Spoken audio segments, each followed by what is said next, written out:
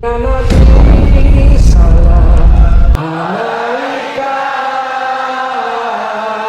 ya Rasul salam alaika.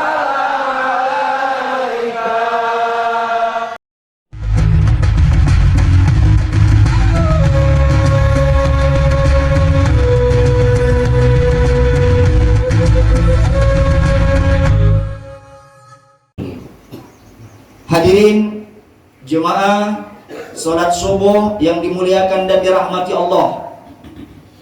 Tema kita sederhana saja, yakni tentang jangan tinggalkan sholat.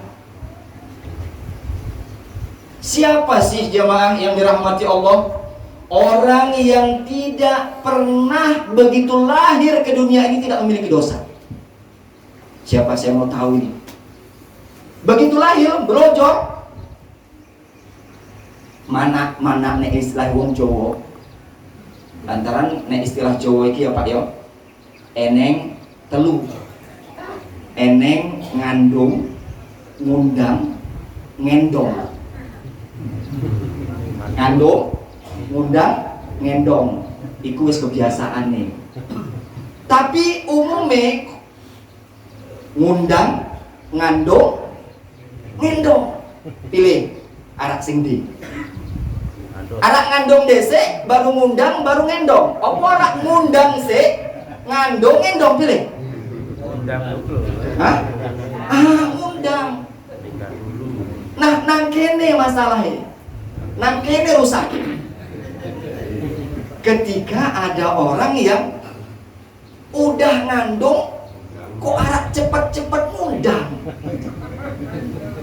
Hukumnya nggak kaya ngono Pak Seumpamane yo eneng anak gadis dhesekan hamil.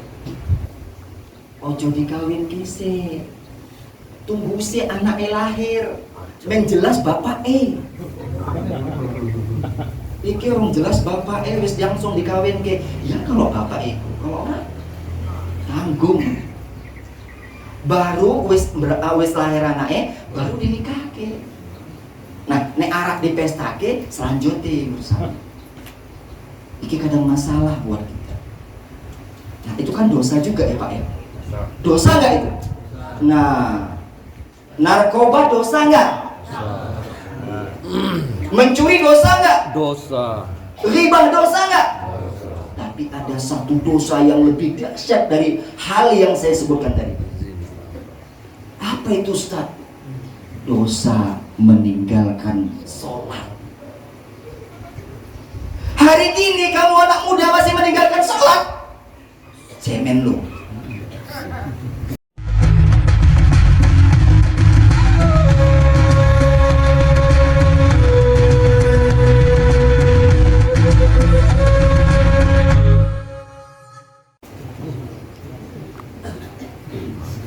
Bismillahirrahmanirrahim. Assalamualaikum warahmatullahi wabarakatuh. Waalaikumsalam warahmatullahi wabarakatuh. Kurang kenceng. Kelihatannya apakah aura subuh atau juga pada saat ini masih ada yang mengantuk? Karena Bapak Ibu jemaah yang dirahmati Allah, yang tidak wajib menjawab salam itu ada beberapa hal. Yang pertama, orang sedang sholat. Kalau Bapak Ibu ucapkan salam, kira-kira dia sedang sholat, kalau dijawabnya macam mana? Batal. Yang kedua, orang gila. Jadi kalau orang gila kadang-kadang dijawab salam, syukur dia bisa jawab, kalau tidak dia nggak jawab. Yang berikutnya orang mati. Nah ini kadang-kadang yang masalah buat kita. Orang mati kita salamin, Assalamualaikum. Kalau sempat dia bangun, Waalaikumsalam. Gawat kita nih. Cuma kalau kita lewat atau melintasi di areal pekuburan, bolehlah. Assalamu alayka ya ahlan diyar atau ahlal kubur. Jadi kayaknya biar kencang rame-rame Pak, jawab salam ini dengan semangat. Subuh ini jangan sampai kita itu kurang semangat. Sekali lagi, Assalamualaikum warahmatullahi wabarakatuh. Waalaikumsalam warahmatullahi wabarakatuh. Alhamdulillah. Alhamdulillahilladzi wa kafa. Wassalatu wassalamu ala rasulillahil mustafa wa ala alihi wa sahbihi wa man wafa. Amma ba'd. Qala Allah Ta'ala fil Qur'anil Karim, A'udzu billahi as-sami'il 'alim minasy syaithanir rajim. Ya ayyuhalladzina amanu taqullaha haqqa tuqatih wa la tamutunna illa wa antum muslimun. Shadaqallahul azim wa sadaqa rasulillahil karim wa nahnu ala dzalika minasy syahidin was-sakirin walhamdulillahi rabbil alamin.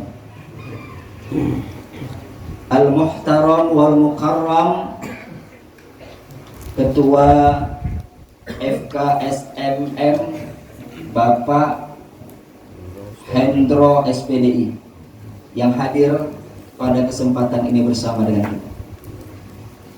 Al-Mukarram wal Muhtaram Bapak Kepala Desa Bapak Sugeng Suheri yang juga hadir pada acara kita di subuh yang berbahagia ini.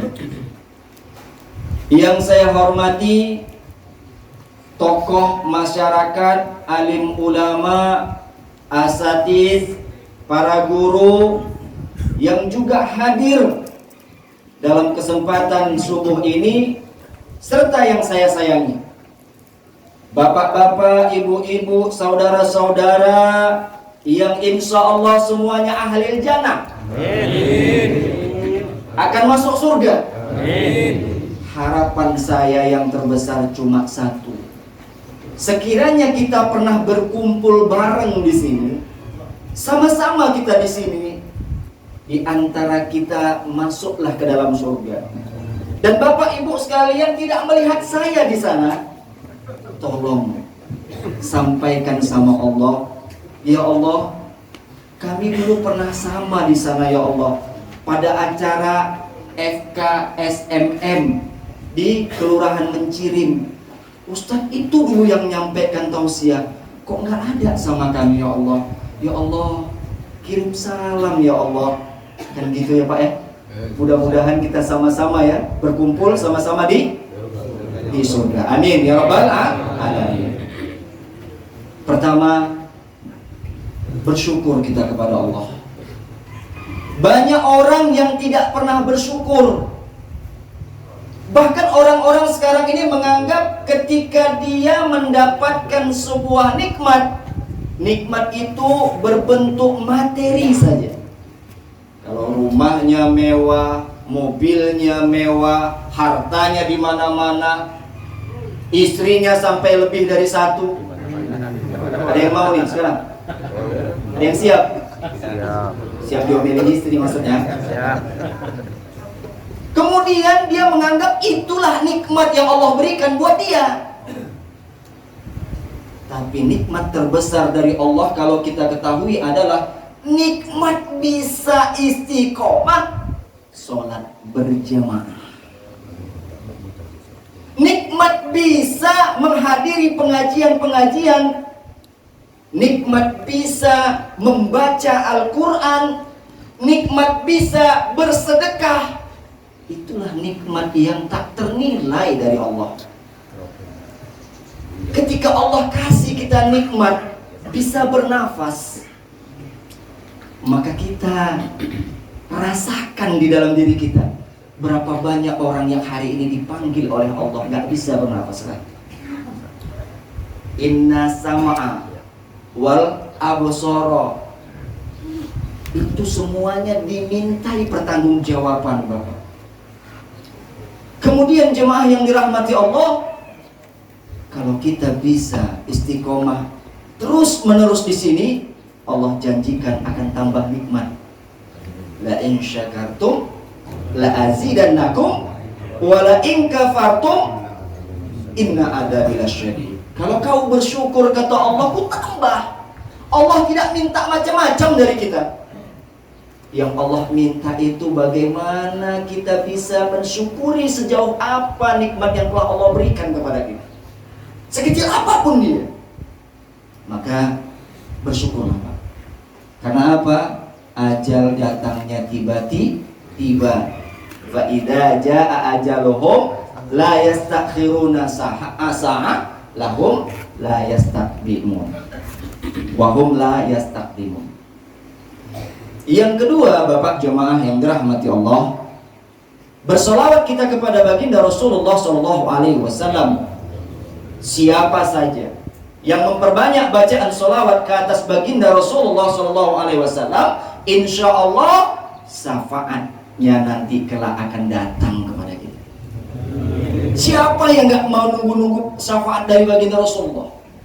Di saat kita membutuhkan itu, maka tanpa terasa, oh iya, si Polan dulu sering menyebut-nyebut namaku, kata baginda Rasulullah. Maka datanglah syafaat itu buat beliau, buat kita semua dari beliau. Hadirin jemaah sholat subuh yang dimuliakan dan dirahmati Allah, tema kita sederhana saja, yakni tentang jangan tinggalkan sholat. Siapa sih jemaah yang dirahmati Allah? Orang yang tidak pernah begitu lahir ke dunia ini tidak memiliki dosa. Siapa, saya mau tahu ini? Begitu lahir brojol. Mana nek istilah wong Jawa. Lantaran nek istilah Jawa iki ya Pak ya. Eneng telu. Eneng ngandung, ngundang, ngendong. Ngandung, ngundang, ngendong, iku wis kebiasaan nih. Tapi umumnya ngundang, ngandung, ngendong, pilih arak sing ndi? Arak ngandung dhisik, baru ngundang, baru ngendong. Apa arak ngundang sik, ngandung, ngendong pilih? Undang dulu. Hah? Ngundang. Nah, nang kene masalahnya. Nang kene rusak. Ketika ada orang yang udah ngandung, kok arah cepet-cepet ngundang.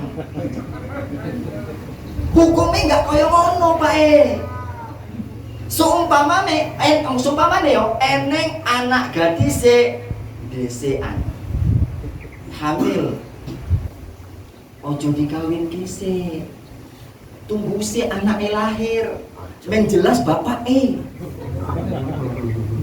iki orang jelas bapak wis langsung dikawin ke. Ya kalau bapak itu, kalau enggak tanggung. Baru wis lahir anaknya, baru dinikahke. Nah, nek arak dipestake selanjutnya urusan. Iki kadang masalah buat kita. Nah, itu kan dosa juga ya Pak ya. Dosa nggak itu? Nah, narkoba dosa nggak? Mencuri dosa nggak? Dosa. Ribah dosa nggak? Tapi ada satu dosa yang lebih dahsyat dari hal yang saya sebutkan tadi. Apa itu Ustaz? Dosa meninggalkan sholat. Hari ini kamu anak muda masih meninggalkan sholat, cemen lu, goblok lu. Karena apa? Saat sekarang ini kita butuh sandaran. Saat sekarang ini kita butuh kedekatan. Kalau kita takut sama binatang buas, lari. Kalau kita takut dengan hal-hal yang kita tidak ingini, jauhi. Tapi kalau kita takut dengan Allah, dekati. Sholat adalah tiangnya agama. As-sholatu imaduddin, wa man aqamaha faqad aqamaddin. Wa man tarakaha faqad hadamaddin.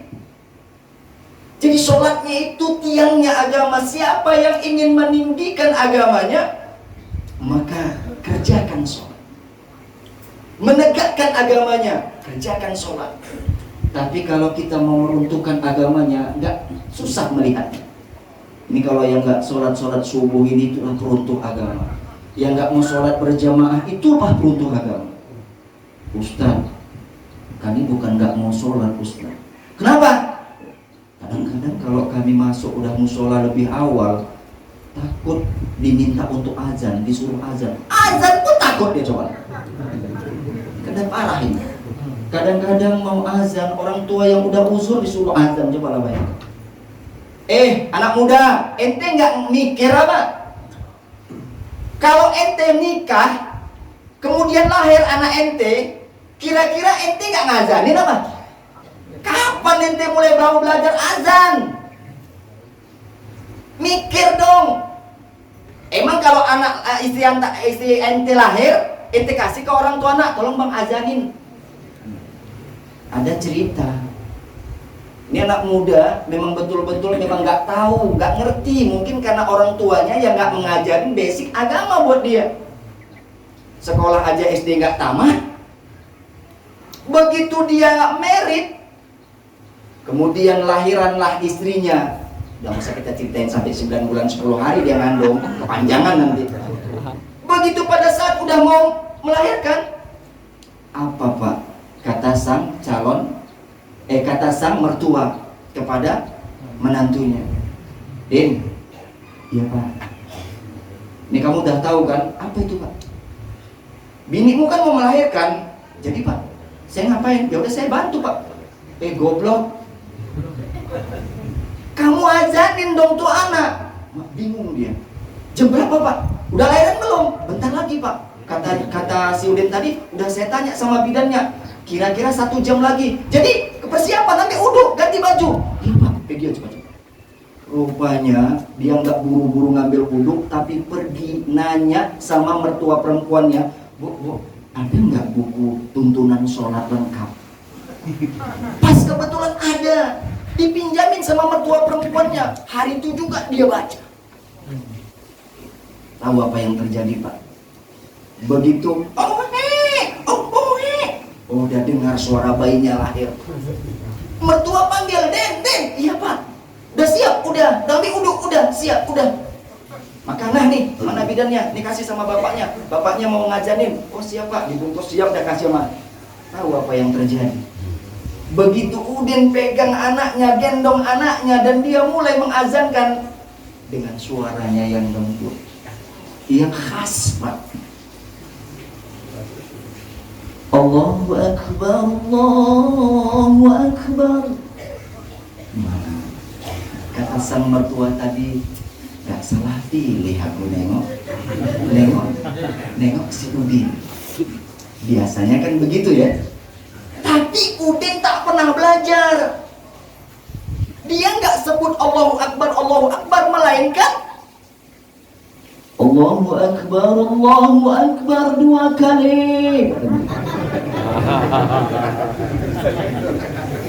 Karena di tuntunan sholat itu tulisannya Allahu Akbar 2 kali. Asyhadu an la ilaha illallah 2 kali. Ini PR buat kita orang tua. Jangan suruh anak itu untuk jago sains. Jangan suruh anak itu dia pandai YouTuber. Bukan gak perlu, tapi yang fundamentalnya adalah yang perlu, yang penting buat dia itu apa?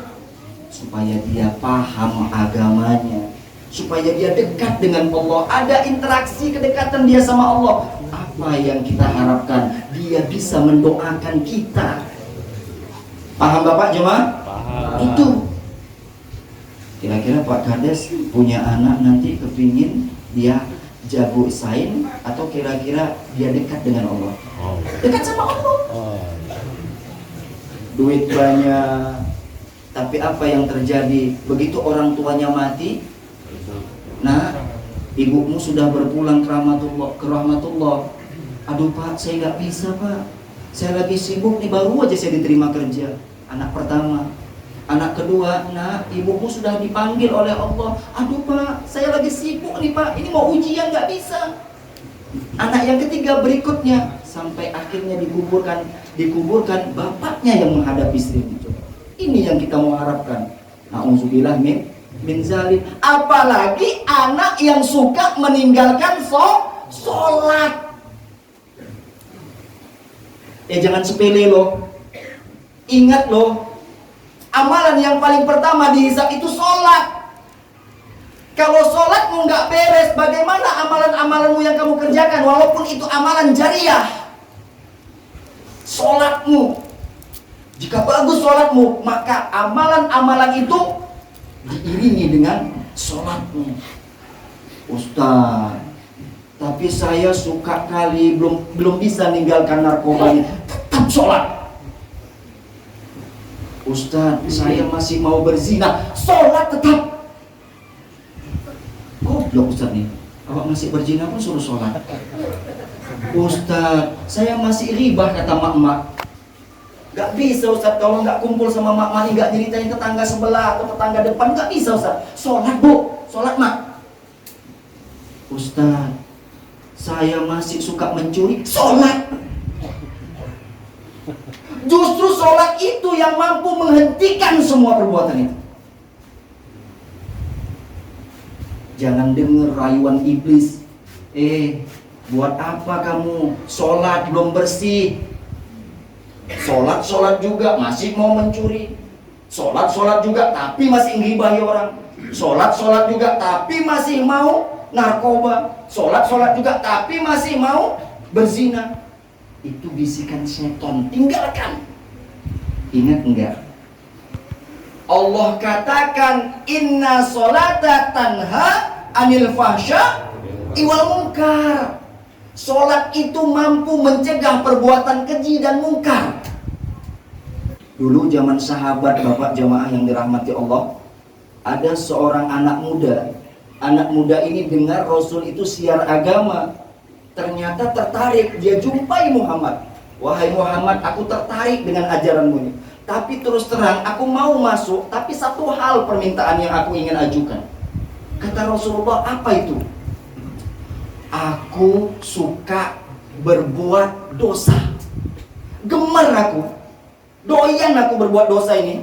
Dan terus terang aja, ajaranmu ada nggak melarang itu semua? Nabi cuma senyum.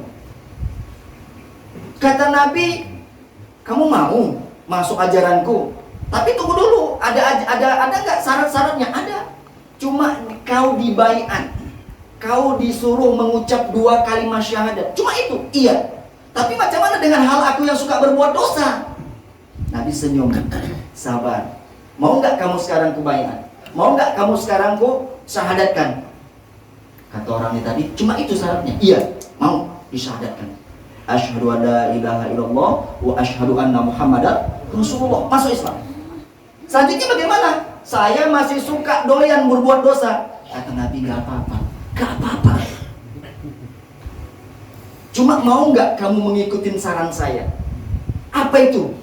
Mulai detik ini kamu sudah masuk Islam, tinggalkan bohong.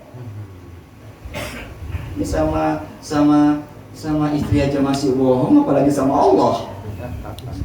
Bang, kok bau kali harum minyak wangi abang lain dengan harum minyak wangi yang biasa abang pakai? Allah, itu tadi nempel sama itu. Bang, abang ini macam mana sih begini-gini? Bentar aja, tadi abang di tempat bohong. Apa yang kita bohongin? Mau punya bini 2 aja bohongnya kan? Bohong nggak? Bohong nggak? Bohong. Makanya bukan enak memadu itu Pak. Mencari madu tuh, madu asli tuh kalau kita beli bawa pulang ke rumah bini nggak marah, itu dia baru madu asli. Masya Allah. Iya. Tapi kalau dia marah berarti itu palsu. Bawalah madu asli pulang ke rumah. Kalau istri kita aman-aman aja, tenang-tenang aja, senyum-senyum aja, itu asli madunya. Tapi Tapi begitu kita bawa madu tadi itu, kata kita asli, kata istri kita palsu. Nah, oh cuma itu Muhammad, kata kita lanjutkan tadi. Iya. Ternyata dia pun berlalu, pergi. Apa yang terjadi? Begitu sudah menjadi kebiasaan tradisi orang-orang kafir Quraisy, kalau duduk-duduk ngumpul-ngumpul nggak bisa nggak minum minuman keras. Akhirnya dia kumpul gabung. Sudah dihadapkan dia itu ada minuman keras, sudah dituangkan. Dia teringat janjinya sama Rasul. Iya ya, aku udah janji, aku udah masuk Islam. Kalau ditanya Rasul, kamu minum nggak? Kalau aku bilang minum, aku kena hukum. Kalau nggak aku bilang minum, berarti nanti artinya aku bohong. Ditinggalkan ya minuman. Sehingga kawan-kawan yang selama yang duduk itu mengatakan, mau kemana? Aku ada perlu nih. Lain kali mau mencuri, sudah madaya dahulu yasliko, sudah dia ulurkan tangannya untuk mau mengambil barang orang, teringat lagi. Nanti kalau ditanya kamu mau curi apa enggak, apa jawabnya? Akhirnya dia tidak jadi mencuri. Berzina, udah masuk di dalam kamar berdua-duaan, sudah buka-bukaan, sampai kata si perempuan tadi yang mengatakan, "Bang, udah bang, apa lagi?" Kata dia pakai lagi pakaiannya, kemudian dia tinggalkan perempuan tadi. Apa kata si perempuan tadi? "Bang, mubazir bang." Mubazir. Biar mubazir maksudnya. Begitu. Sampai akhirnya dia temui Muhammad. Apa katanya? "Muhammad, luar biasa agamamu ini. Luar biasa ajaran kau bawa nih." Kita kan sekarang enggak. Kadang-kadang satu pakai kunut, satu enggak pakai kunut. Bid'ah. Kadang-kadang satu pakai usoli, satu enggak pakai usoli. Ribut. Begitu luar biasanya. Nabi itu yasiru wala tu'asiru, basiru wala tunafiru. Mudahkan urusan orang, jangan dipersulit. Gembirakan orang, jangan takut-takuti. Itu sistem dakwahnya. Bapak Ibu jemaah yang dirahmati Allah, makanya sekarang saya anjurkan, bukan saya nih, tolonglah masa-masa saya, masa-masa mungkin Ustadz Endro, masa mungkin Bapak Kades, kalau kita menikahin anak kita tuh tolong betul-betul selektif. Ada anak lajang mau nikah, panggil, betul, siap, apa maharnya?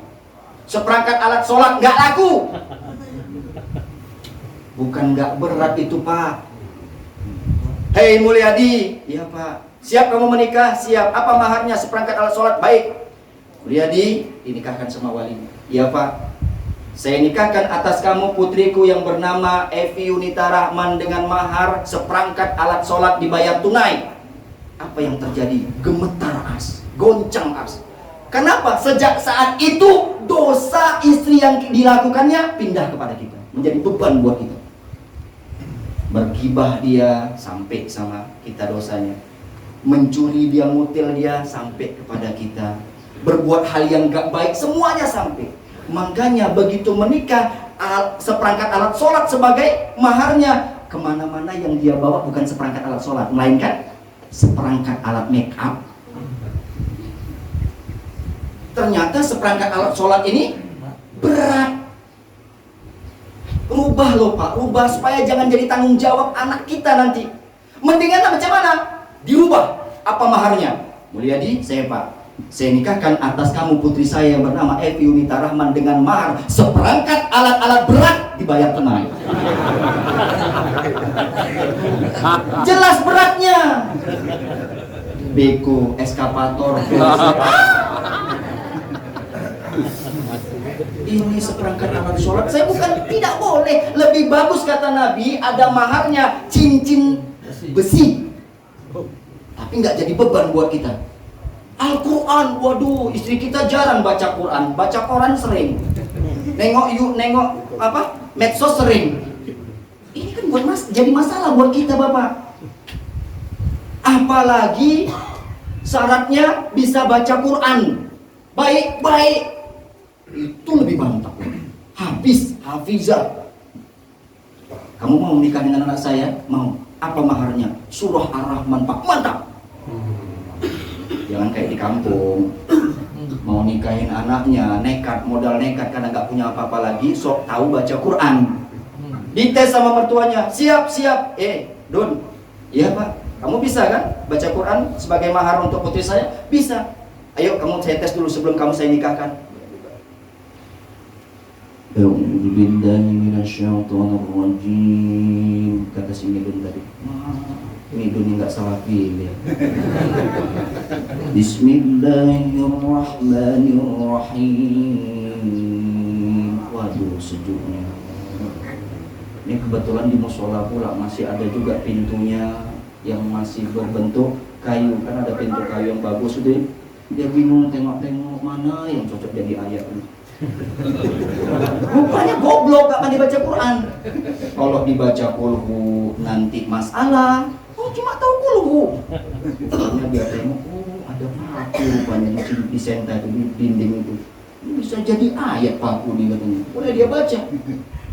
Udah Don, kata calon mertua. Oh iya Pak, bentar Pak, saya cari ayat yang bagus dulu Pak.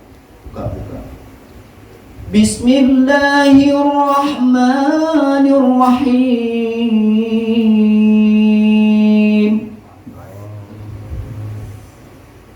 Fakulamma bakarat.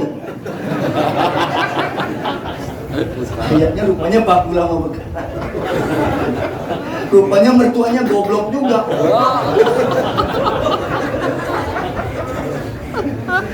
Mertua goblok, menantu esok. Udah Dun, belum Bang, ada.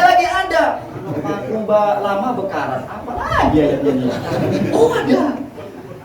Bangku baru berkilat. Allahu Akbar. Rusak.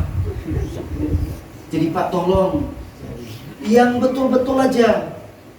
Kalau memang dia hafiz, tes dulu hafalannya. Mungkinnya tuh tes dulu dia. Tes dulu murajaahnya. Tes dulu qiraatnya. Jadi jangan sembarangan. Jadi orang sahabat tadi begitu dia tahu agama yang dibawa Muhammad ini betul-betul, ini jaminan dari Allah. Inna sholata tanha 'anil fahsya'i wal munkar. Salat itu mampu mencegah kamu dari perbuatan keji dan mungkar. Sedangkan Nabi katakan aja, jangan bohong, orang ini mampu meninggalkan semua pekerjaan itu. Apalagi Allah katakan inna sholata tanha 'anil fahsya'i wal munkar. Kenapa nggak yakin? Macam mana mau yakin? Orang sholat nyamburadul. Allahu Akbar, Allahu Akbar, Allahu Akbar. Apalagi masuk nanti menjelang tarawih kan, mulai gas gigi 1, gigi 2, gigi 3. Balik ke mabus, Allahu Akbar, Allahu Akbar, Allahu Akbar, selesai. Assalamualaikum, habis. Ini yang masalah buat kita. Hadirin jemaah yang dirahmati Allah. Inna rajula la yusolli sittina sanah matuk baru sholat. Ada laki-laki yang usianya 60 tahun sholat tapi tidak dianggap oleh Allah sholat. 60 tahun. Kita nih merasa sholat kita betul-betul udah bagus. 60 tahun seorang laki-laki sholat tapi dianggap tidak sholat. Bahkan ada sahabat Nabi yang bernama Al-Halaj Az-Zawaifi. Dia sholat di masjid Nabi, hidup di zaman Nabi. Di hadapan Nabi dia sholat. Setelah sholat dia dihampirinya Nabi. Apa kata Nabi? Sholu fa innaka lam tusolli. Sholat kamu, sesungguhnya kamu belum sholat. Sholat lagi, dia ulangi lagi. Didatanginya lagi Nabi, belum sholat lagi. Sampai 3 kali. Akhirnya, ya Rasul, itu sholat yang udah aku buat itu yang terbaik. Tolong ajarkan bagaimana aku sholat. Ulama mengatakan ada beberapa hal. Yang pertama, idza kunta ila sholat asdiqul wudu. Kalau kamu mau sholat, perbaikin wudu. Ini wudu sekarang orang tua sama anak-anak masih sama. Maaf. Matur nuwun. Ambil wudunya. Kakinya lagi yang enaknya tuh kayak main bola aja. Maaf ya Pak. Kira-kira sholatnya sah nih? Tidak sah. Sholat itu kuncinya di wudu. Baca Quran surah ke-5 ayat ke-6. Ya ayyuhalladzina amanu idza kuntum ila sholah. Apabila kamu melaksanakan sholat, fa'aksilu wujuhakum, basuh mukamu. Yang dikatakan muka mana Pak? Dari mulai tempat tumbuhnya rambut, nih sampai di sini nih kena ini enggak ambil wudhu. Ini kira-kira gini basah nggak? Nggak basah, nggak sah sholatnya. Wa aidiakum ilal marofi, basuh tangan sampai siku. Kalau tangan aja dari sini sampai di sini, berarti dari sini sampai siku. Bukan begini, dari siku ke tangan. Begitu keran hidup, tak sah sholatnya. Wamsahu biruhusikum, dari fa'aksilu berubah kalimatnya menjadi wamsahu. Artinya basuh kepala. Basuh apa sapu? Sapu. Kalau tadi basuh, sertakan airnya itu basahi seluruhnya. Kalau sapu, ambil airnya, tuangkan dia, sapukan dia ke atas, balikkan kenakan telinga sekali aja. Tapi itu ikhtilaf, boleh juga 3 kali kepala, boleh juga 3 kali telinga, kiri kanan, selesai. Jadi jangan nih nggak senang, nggak puas ini Ustaz basuh.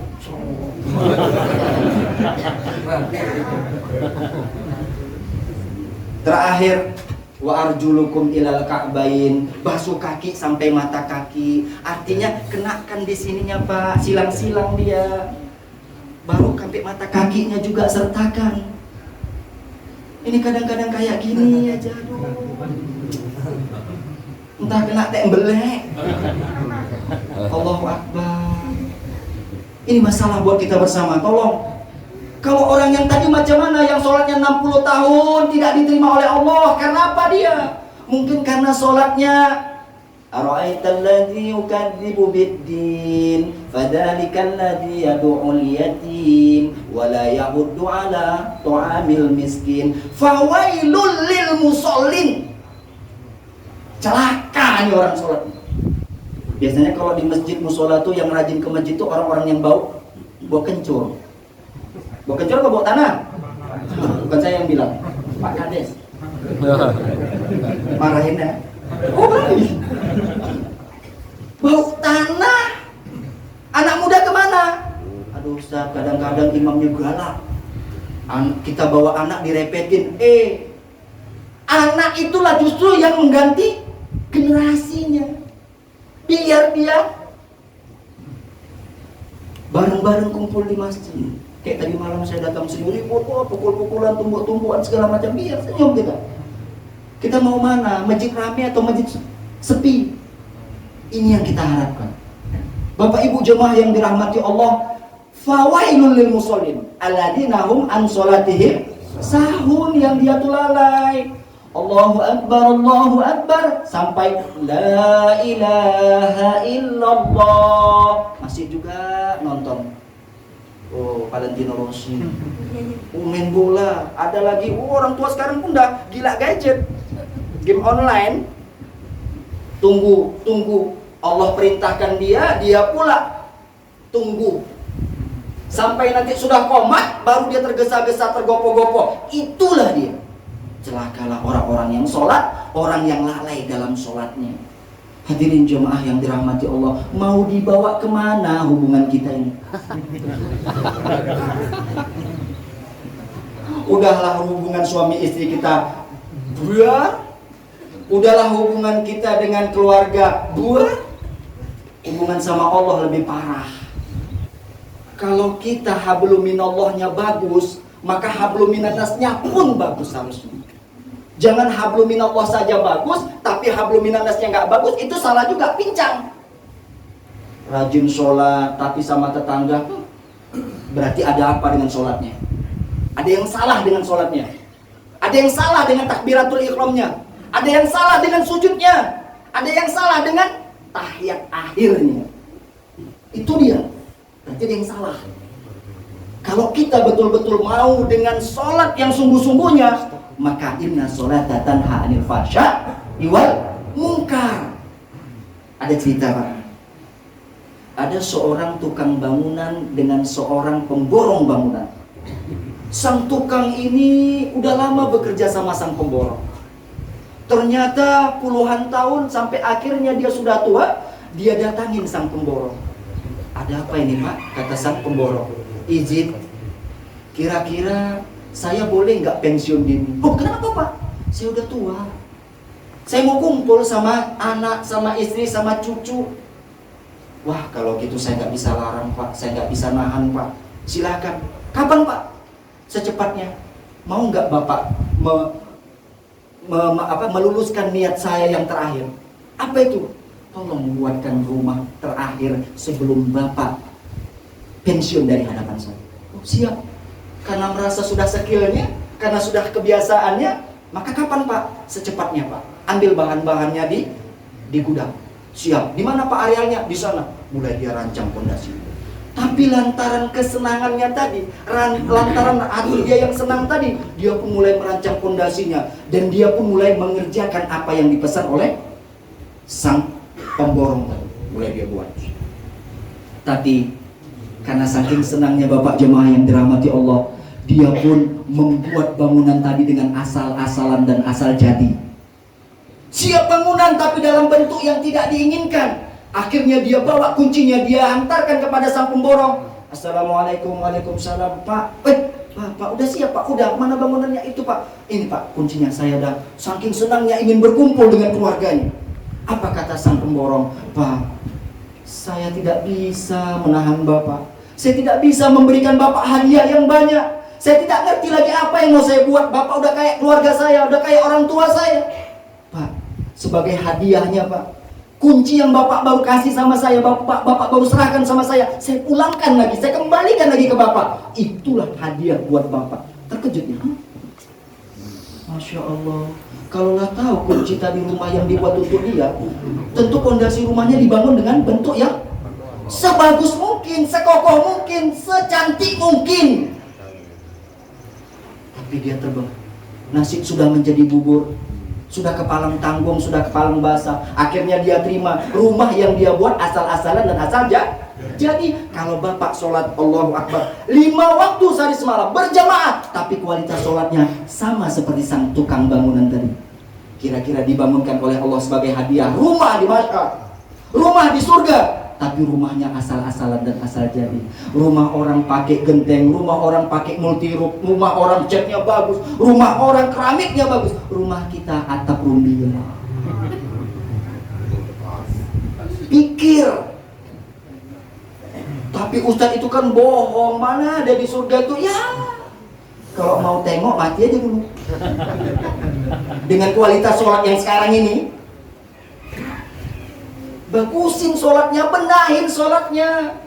Apa janji Allah? Kalau kamu bisa membenahi sholat dengan bagus, maka Allah akan urus urusan duniamu.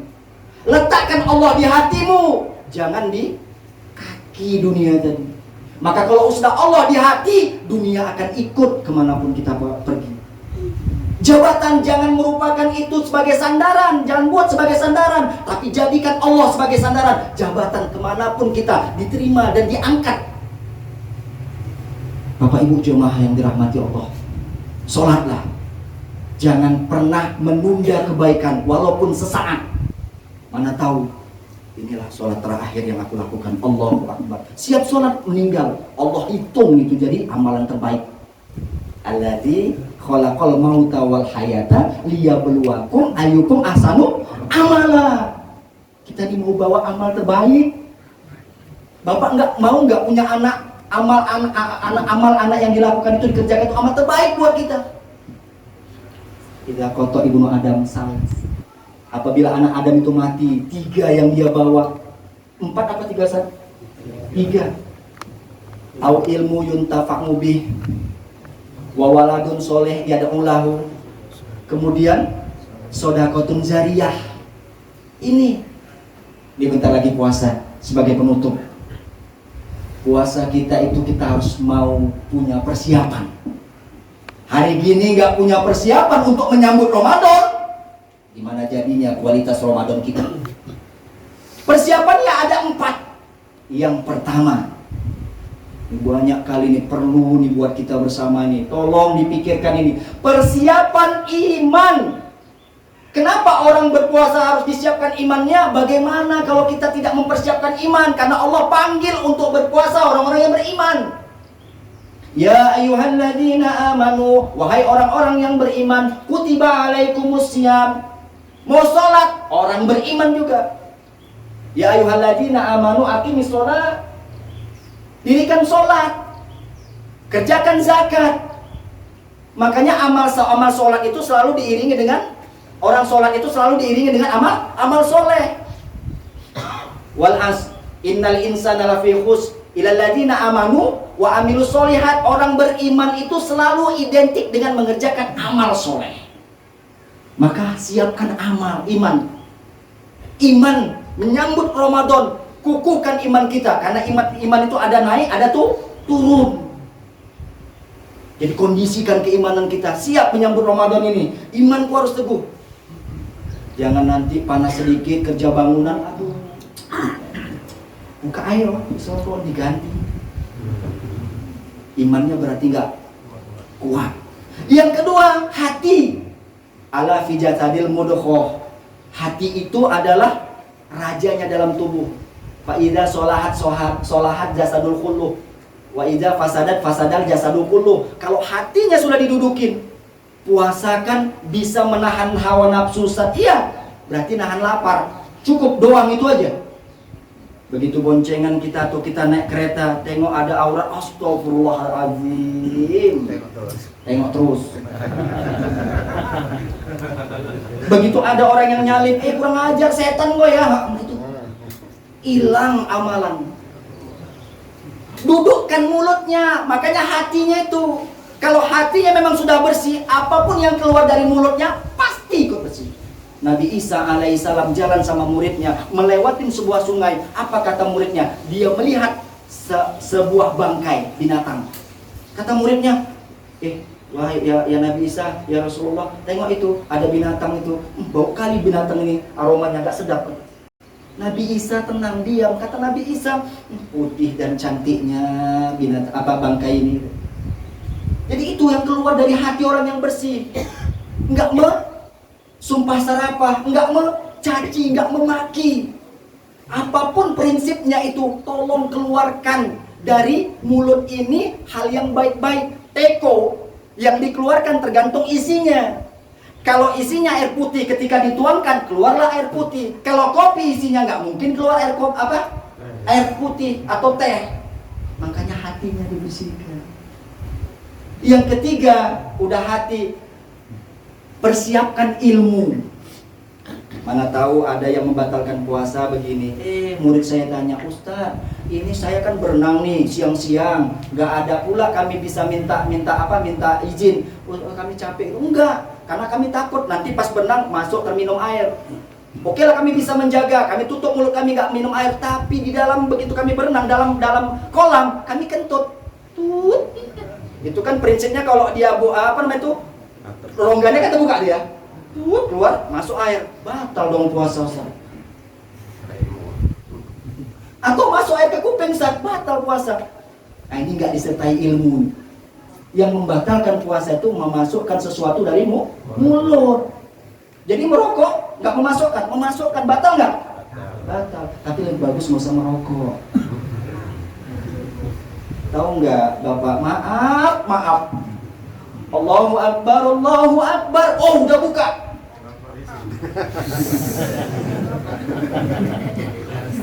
Nanti minum. Yang lebih parahnya, merokok ini kalau nggak enak, yang paling enak ini sesudah makan itu di mana? Di WC. Maaf. Udah siap makan, kemana larinya? Ke WC. Sambil hirup. Waduh, aromanya luar biasa tuh, tertarik semuanya itu. Allah, na'udzubillah min dzalik. Pak, Bu, tolong Bu ya, kalau suaminya masih merokok dicegah. Tolong jangan. Tahu nggak rokok itu filternya dari mana? Dari mana? Dari hemoglobin babi. Jadi kalau gitu merokok yang ada filternya, masih hitunglah, terserah antum. Karena kan nggak pakai filter kan? Contohnya rokok gudang garam merah, rokok dukun, rokok Samsu. Nah itu nggak pakai hemoglobin babi tuh, karena nggak ada filternya tuh. Bantilah situ, tinggal nunggu innalillahi wa inna ilaihi raji'un aja. Persiapan ilmu. Yang terakhir persiapan fisik. Ini butuh fisik yang sehat. Allahu Akbar. Betul, lama betul imamnya nih.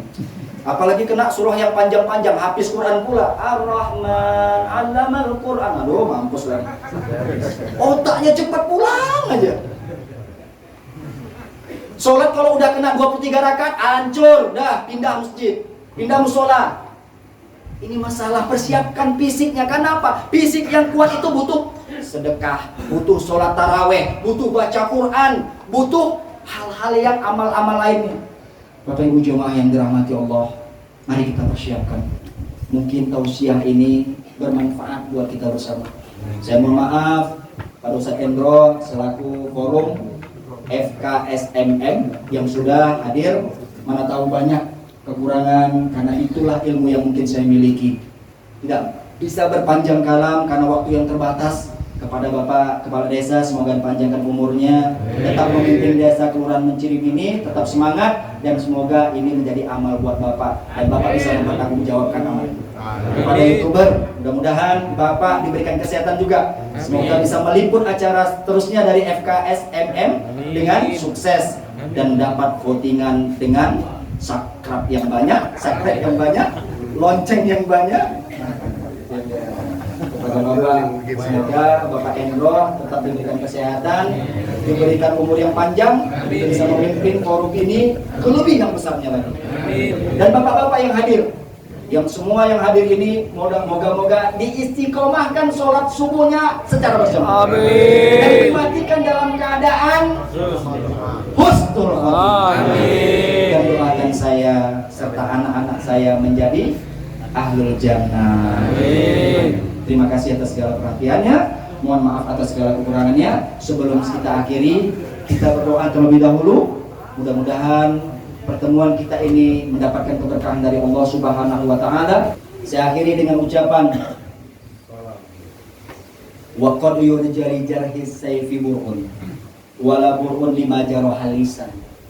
Kalaulah pedang lukai tubuh, masih kan ada harapan untuk sembuh. Kemana obat mesti dicari jika lidah sudah lukai hati? Untuk itu saya mohon maaf yang sebesar-besarnya. Akhirul kalam, billahi taufik wal hidayah. Wassalamualaikum warahmatullahi wabarakatuh. Waalaikumsalam warahmatullahi wabarakatuh.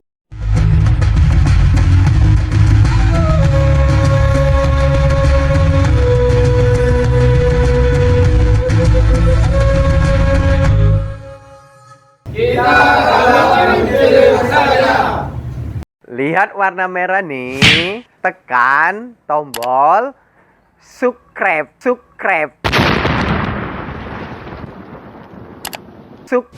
Bagikan, share, suka, like, ting tong, loncengnya jangan lupa. Insyaallah, semoga video-video yang ada di Mencirim Syariah berguna bagi sahabat dakwah. Assalamualaikum warahmatullahi wabarakatuh.